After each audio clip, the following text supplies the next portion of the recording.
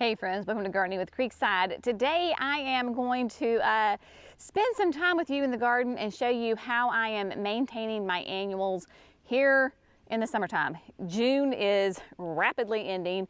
July is upon us, cannot believe it. And so I want to kind of give you an idea of how I am taking care of some of my annuals in this season. I've had a lot of people request, how do I maintain my supertunias? So we're going to talk about that, and I'm going to give you a couple of options on how to take care of them. Some are more drastic, some are a little bit more gentle and kind. So really you're just going to kind of spend the day with me in the garden. It is, praise the Lord, a cloudy day here in North Carolina. In fact, we just got a couple of sprinkles. I wouldn't even say it rained. As my grandmama would say, it was spitting, meaning that you just got a couple of little drops, but we basically have not had any significant rain here where I am in Dallas, at least at our house, since the big flooding, right? So we had flooding May 8th, and then basically it just kind of stopped raining. And not only did we have no rain, but the big thing is the temperatures have just shot out of the roof. Yesterday we hit, or I think it was a record, it was 99, and so it has been incredibly warm this early. Like typically in June we don't have those kinds of temperatures. This is like August kind of weather, but here we are, and it is what it is. So you can probably tell maybe some on the grass, so it's gotten a little browner because we don't have the grass on irrigation as we move towards the back. One thing that is definitely, she's out of here, and that is part of being a student of your own garden, right? Because we are North Carolina, a Zone 8A. We have an extremely long growing season. I can start to plant certain annuals end of March, and then they go all the way through as far as, growing time into November, because we typically will get our first hard freeze sometime in November. You were with us in that early spring when we planted the backyard beds with annuals. This was in preparation of the May wedding that we were going to host. That wedding got moved to an indoor location, so it was not here.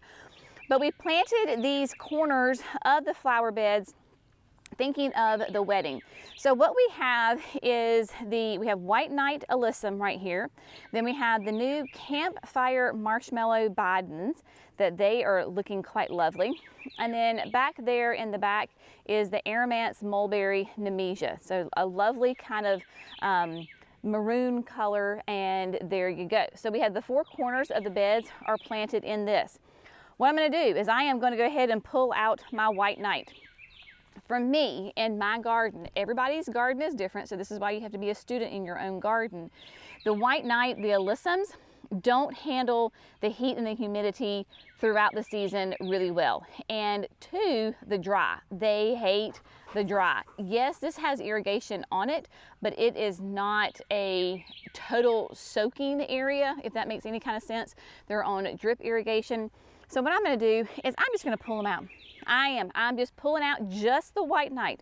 The Bidens are looking good, and the Nemesias are looking good. If I have an irrigation line that is running where the White Knights are, then I'm going to take that and push it back up towards the Bidens and the Nemesia.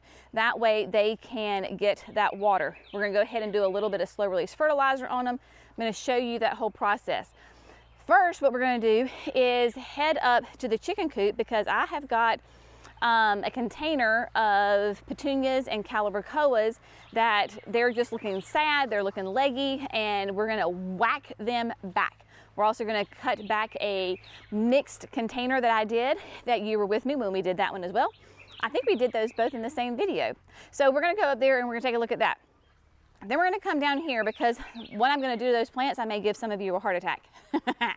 And so then we're going to come back down here, and I am going to show you how I am going to maintain these Supertunia Saffron Finch petunias, right? They are beautiful. They're glorious. They are stunning. I want to very kindly, very gently give them a little bit of a shape up. That way they continue to look nice and tight and not leggy, because what's happening is, obviously, they're starting to grow a little bit too much into my camellias and into my boxwoods. So I want to maintain that. So I am going to share with you the 2 ways that you can go about trimming your annuals, maintaining those. We're talking about what do you do after you trim, right? What do you do post that to make sure that they are happy and healthy throughout the rest of the growing season. So we're just going to spend some time here in the garden. I am not upset in the least bit that we have some sprinkles coming down. Bring it on. It is so dry. I tell you, even Brenna, when she runs on the gravel, she makes dust. That's how dry it is, people. When the dog is running on the gravel, she kicks up dust and has a little dust trail behind her. So this nice little sprinkling and more is very welcome here. And so we're going to head up to the chicken coop first, take care of those, then we'll come back down here. All right, my friends, so here we are up at the chicken coop. You were with me back in the spring when I took a hanging basket that has Super Petunia, Royal Velvet, Really Red, and then the Calibraco, the Super Bells, Dreamsicle in here. Took that hanging basket, planted it up in the Aquapot light insert, and then I went and added a purple fountain grass to give me a thriller interest. She looks fine, but she doesn't look great. So this is what we're gonna do. If you start to notice your petunias, whether this is in a hanging basket, the landscape, a container, it does not matter. Your petunias, your Calibracoas, they bloom on new growth. So when we prune the plant, that encourages new growth, which then encourages new flowers. So when you start to notice that your petunias, your Calibracoas start to get really long, start to get leggy, what we call them, there are not as many flowers up top, and then back in the back, you'll start to see some bare stems, right? You'll see some brown, the leaves are going. There's not that really tight, compact habit and covered in flowers. That is the sign that it is time to go ahead and prune. Again, I am in North Carolina. I have an extremely long growing season. My petunias need to be cut back, trimmed throughout the season. This is going to be a very severe cut on this one. We're going to be more gentle on the saffron finches, but maybe you are in a much cooler zone. Your growing time is much shorter. You may not have to do this at all. So there you go. That's one less step for you. But for my people who are in these warmer zones with very long growing seasons, this is something that we're going to want to do if you want to maintain your nice tight habit with lots of color throughout the growing season. As you can probably see, I am not being specific. I am not being very tender. I am literally grabbing up the foliage as if I were going to put it in a ponytail, and I'm cutting it off. Hence, that is why I'm not showing you an up-close picture of what I'm doing, because there's nothing to show you other than grabbing, cutting, and tossing. It is going to look rough for about, I don't know, maybe 2 weeks at the most. Now, we just had our Creekside signature experience less than a week ago. Clearly, I don't want to do this right before I have company, right before I have an event, right before a big show, right? Garden tour. You've got company coming over, you want to show off the gardens. These are the things that you do right before you go on vacation. These are the things you do immediately after you have that party, after you have those July 4th celebrations, Memorial Day celebrations, whatever it is, right? This is what you do then. That way, when nobody's really kind of looking at your garden up close and personal, it does not matter. So I have gone through. I am going to take a little bit off the top. Like I am really whacking it, y'all. You want to take all the length and all the growth off. I am not going to touch my grass. I would say probably the one exception to pruning annuals are your annual grasses. Unless you have got a lot of brown dead foliage in there, leave your grasses alone. They're not going to respond well for you to collect it and chop it off. Leave those alone. Your coleus, your sweet potato vine, we're getting ready to do those. Salvias, Angelona, just about anything that I can think of minus an annual grass will respond really well to being pruned. So I have gone through and I have whacked it. I butchered it, right? We do this quite frequently with our annuals for the garden center. Now, it does not have to be precise, y'all. There's grace in gardening. Now, what you're gonna wanna do next is we're gonna want to feed this plant, right? Because we want new growth. Food equals flowers. I've got my proven winners, time release fertilizer. On the container, it says feeds for up to 6 months. Well, here in the South, because we're so warm, we're so humid, that this releases, I have found for me, about for 3 months. This is a time-released, temperature-released fertilizer. You absolutely can use this and without worry of it burning your plants. As your temperatures go up, this releases the food. So that is what is so great about this, is if you're like me, you're not always the best with your water-soluble fertilizer, this is a great fill-in, right? So even when you're just watering, even when it's raining, this will feed your plants. Now, we are gonna go ahead and take it up a next notch. We're gonna give these plants everything we've got. We're gonna mix up some water-soluble fertilizer, dump that in there, and then we're gonna move on and we're gonna tackle the beast of a container that is hanging up behind me.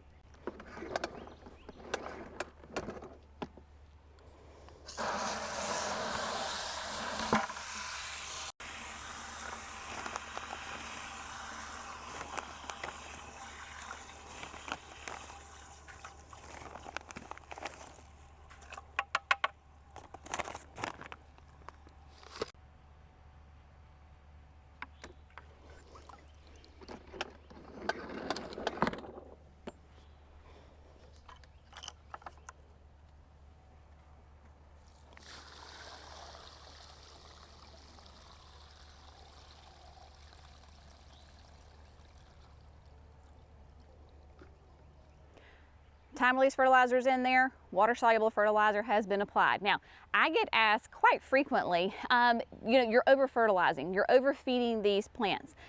Not true. So again, these are annuals, very, very heavy feeders. If you want your calibrachoas and your petunias to bloom, you've got to feed them, whether it is with a water-soluble fertilizer, an organic fertilizer, really great nutritious soil, whatever the mode is, you've got to feed them in order to get the flowers. Now, I am not a medical professional whatsoever, but I like to look at make analogies between things. So think about it when you're sick, okay?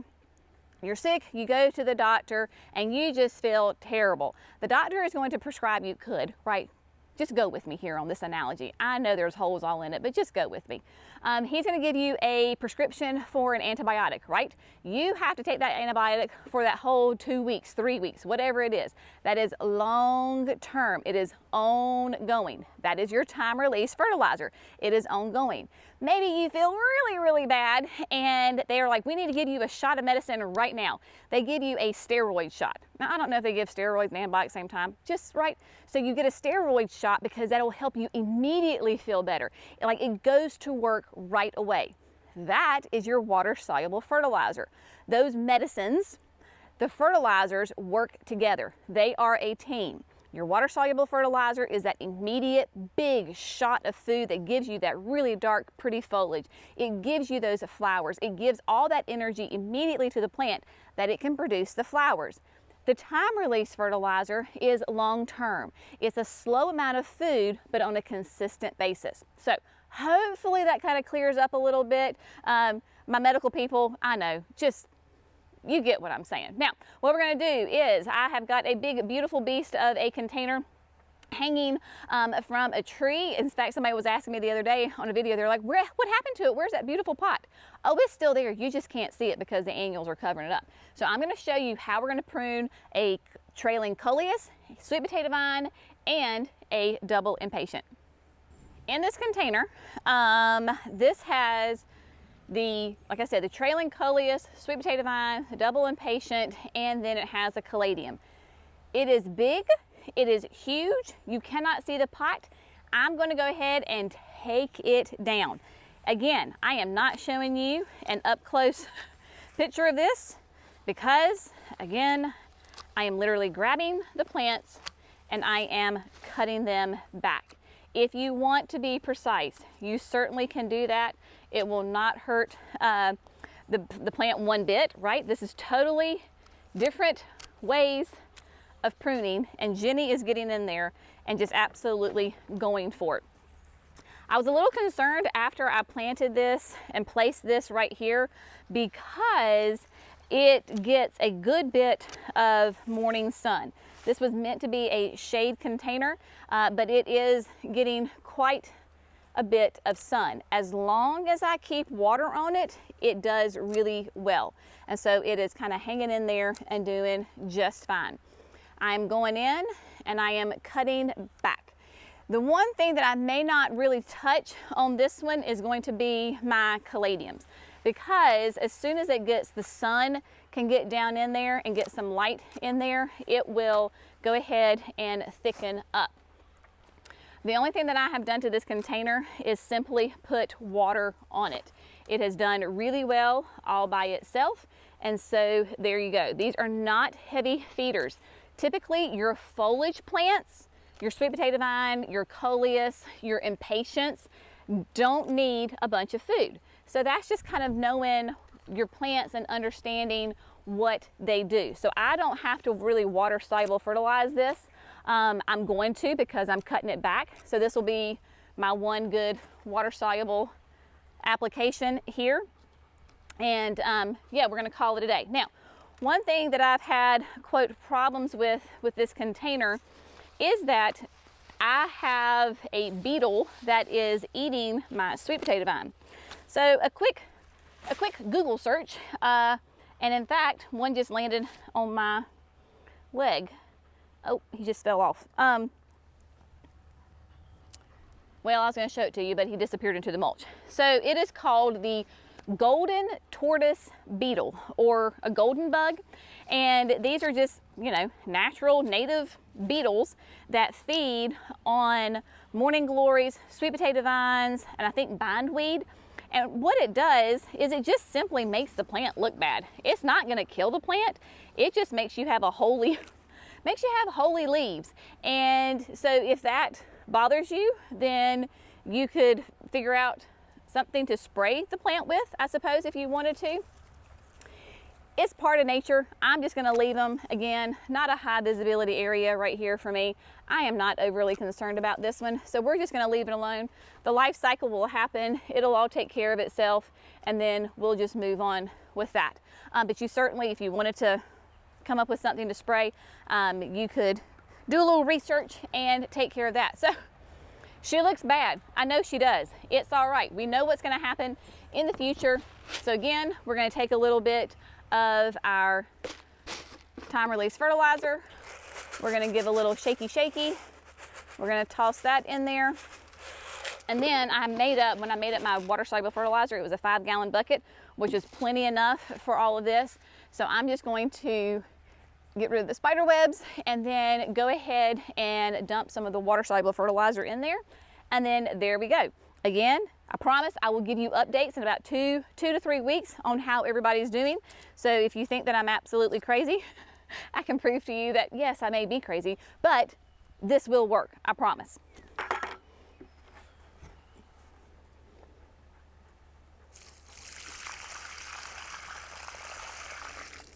My friends, here we are on the back patio. We're going to go ahead and tackle the Supertunia Saffron Finch. Brand new petunia out this year. Love, love, love this petunia. Just as an FYI, when you are choosing your Supertunias to go into your garden, Proven Winners offers 3 different families, we'll say, of Supertunias, so just keep this in mind. You have your standard Supertunias, which is what a saffron finch is, right? So these still have a nice, really nice vigor to them. They will trail, they'll do a little mounding. Just a great, great petunia. Then you have the Vista series. Vista series are going to be your most vigorous, right? They are going to be your tallest. They can be like up to like 2 feet tall. They can spread, 3 feet as like one plant. Very, very vigorous. That is what the Vista Snowdrift that I have down right in front of the doozies. Super nice and big, perfect for the landscape or a very large pot. Then you have the mini vistas. Mini vistas still have a nice vigor to them. They will still be mounded, but they're not going to be as tall. So just think of they're literally a mini vista. Great control on them. I love them and adore them. Last year I did mini vista white, where the saffron finch is right now. I never pruned them. So that kind of gives you an idea of this with the standards, and definitely with the vistas. If you have them in a more controlled area, you might have to prune them. Not because they're getting too long or too leggy and they're not flowering, because these are full of flowers. Simply they're kind of outgrowing their space. And that is, as a gardener, my decision that I made, that I knew there's gonna be a little bit more maintenance on the saffron finch as opposed to the mini vistas. So just kind of keep that in mind. If you need them to stay really controlled and not spread as far as like trailing too much, maybe it's on a sidewalk, maybe it's here on a deck, keep that in mind. All right, just a little food for thought. Now, what we're gonna do, we're going to switch this up. We're going to do a more controlled, not nearly as severe prune. So what I'm going to use is a good old pair of scissors, right? Now I could absolutely use my Felcos, but this just has simply a longer blade on it. So that way I'm just going to come through and I'm going to trim. What I'm going to do is literally run along the top of the wall right here, and I am just going to cut, and I am going to trim them back. I'm just going to let the foliage fall, and then I'm going to do that on the other side as well, because they're growing into my camellias and into my boxwoods. I'm just tidying them up a little bit. Then we're going to come back and do some time-release fertilizer in there, and probably go ahead and do some water soluble as well. I mean, I'm here, might as well do it. It has continued to sprinkle and spit the whole time. We are all so happy. Everybody was coming down, they're like, it's raining, it's raining. And while I know it's not a hard rain, it is very glorious, and it is so welcomed. And I swear, y'all, it's like 20 degrees cooler than it was this time yesterday. So we are some very happy people. So I'm going to go in and just give them a little haircut.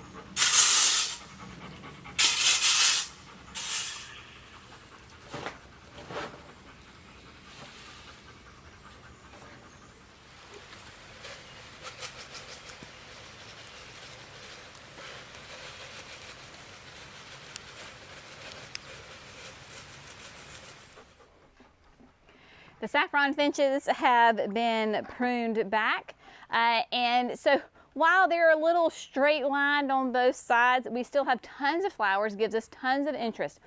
I put down some of that time-release fertilizer in there. While I'm here, I'm just going to go ahead and do the water soluble as well. The saffron finches themselves are not on irrigation. We have drip in the flower bed, but it only emits directly to the boxwoods and the white shishi camellias. So coming in here when we have dry time, like we are right now, with water is always very helpful, very beneficial. I think a huge difference that has been the success for the petunias in here, both this year, last year, is we use biotone when we first plant them. So this root systems are extremely strong, and then great quality compost. So because the front of these beds are annuals, inevitably, right, when you pull the annuals out at the end of the season, you're going to pull some of the soil out too. So we need to replace that, otherwise our bed just keeps going down further. I come in here with land and sea. The plants love it, and so they respond really well. This is only my second time using water-soluble fertilizer on these saffron finches, and they are gorgeous. So what I'm going to do is just give them some water-soluble fertilizer, and then the last thing on the list today is to pull out the white knights, and then today's projects will be complete.